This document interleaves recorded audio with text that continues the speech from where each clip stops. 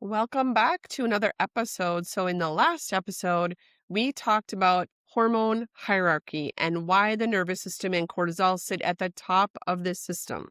Today, we're going to go one level down, and this hormone might be the most important metabolic hormone in the body. It is insulin. Most people think about insulin only in relation to diabetes, but insulin affects far more than blood sugar. It affects our energy, it affects our fat storage, our hunger, cravings, and even the thyroid hormone function. So, if insulin and blood sugar are unstable, the body may struggle to create hormonal balance anywhere else. So, what does insulin actually do for us? Insulin is a hormone that's made by the pancreas and secreted to help move glucose from the bloodstream into our cells where it can be used for energy. When you eat carbohydrates, they break down into glucose. Glucose enters the bloodstream, then this stimulates insulin to be released. So this insulin acts like a key that allows the glucose to enter the cells. This is a normal and healthy process when it is working. But insulin also has another important role. It's a storage hormone. So when insulin is elevated, the body is in storage mode. That means it is easier to store energy as body fat and harder to access stored fat for fuel. If insulin levels remain elevated most of the day, fat loss becomes very difficult. This is a sign that your blood sugar is unstable. And here are some other signs for you to follow. Many women have blood sugar instability and don't even realize it.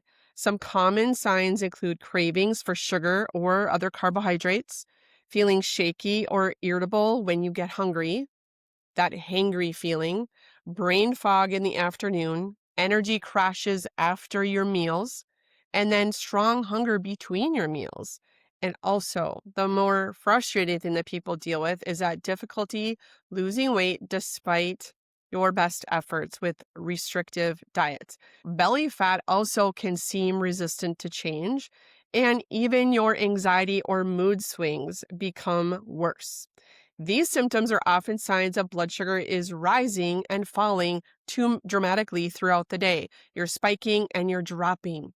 And every time the blood sugar spikes, so does your insulin. And over time, this leads to insulin resistance, where you have elevated insulin in your bloodstream at all times. This is how modern eating patterns disrupt blood sugar. A lot of the habits that have become normal in modern life actually make blood sugar worse, so we don't even know what's happening. For example, many women will skip breakfast. They wake up and only drink coffee, sometimes coffee with cream. I've been guilty of this myself, and sometimes coffee with nothing at all morning long.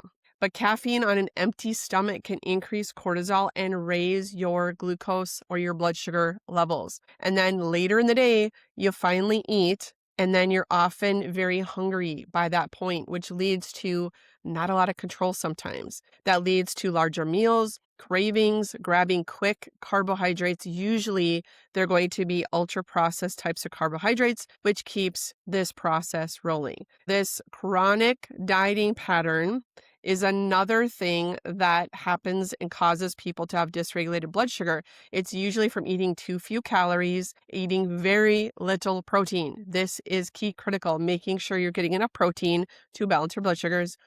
Or they're relying heavily on processed low-calorie foods. Remember those 100-calorie packs and all the fat-free and low-fat, prepackaged foods, portion-sized, portion-control type of meals? Those just are low-calorie and they're heavily processed and they do nothing to help balance your blood sugar.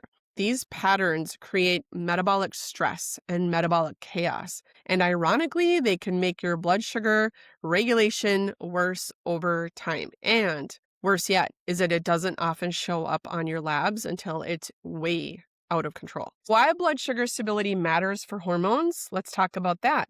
Blood sugar stability affects many other hormone systems. For example, insulin interacts closely with cortisol, that's stress hormone.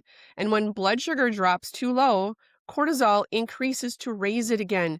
This is why you might wake up at 3 a.m. and cannot get back to sleep.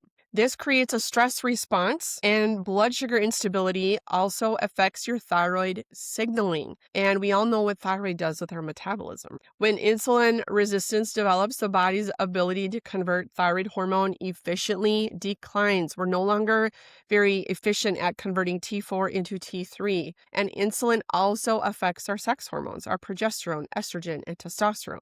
Higher insulin levels can increase androgen production, and this is one reason insulin resistance is often associated with symptoms like acne, irregular cycles, stubborn weight gain, all of those things you may have struggled with or maybe heard about people struggling with.